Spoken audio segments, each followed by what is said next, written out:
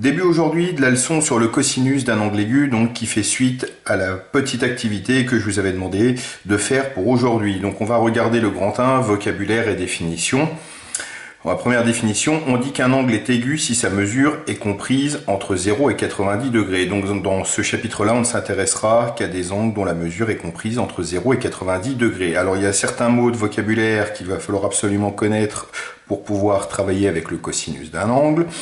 Donc je vous dis, dans le triangle ABC qui ici est rectangle en B, je vous demande le nom de l'hypoténuse, c'est facile, c'est le côté le plus long, c'est celui qui est en face de l'angle droit. L'hypoténuse est AC, entre crochets, puisqu'il s'agit d'un segment.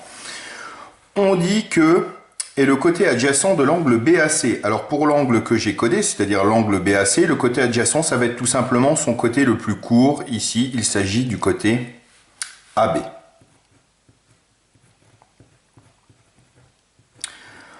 Voilà, donc pour pouvoir parler de cosinus, on va devoir savoir repérer l'hypoténuse et le côté adjacent d'un angle, ce qui nous amène à la définition juste en dessous. Alors, dans un triangle rectangle, on appelle cosinus d'un angle aigu le rapport égal à longueur du côté adjacent à cet angle sur hypoténuse. Autrement dit, cette définition nous dit la chose suivante. Imaginons que vous ayez une dizaine de triangles rectangles avec un angle de 30 degrés qui ont tous une taille différente. Et si vous calculez le rapport, c'est-à-dire la division côté adjacent divisé par hypoténuse, vous allez toujours trouver le même résultat. Ce résultat, c'est ce qu'on appelle le cosinus de l'angle de 30 degrés.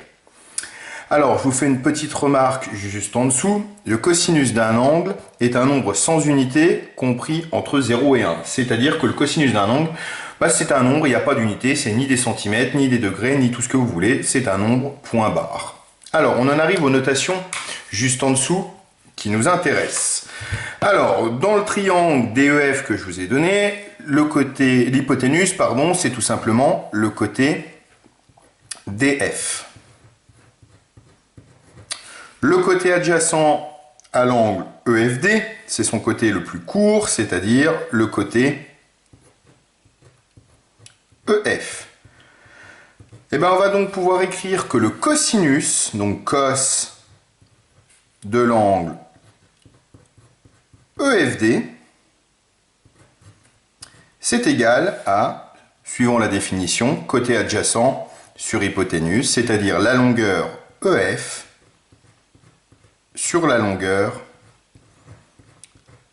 DF.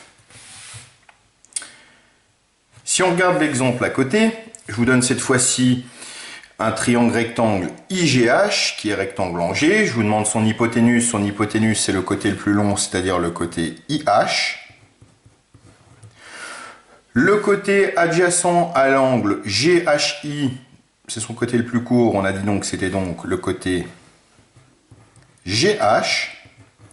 Et si on souhaite écrire le cosinus de l'angle IHG, on écrit tout simplement cos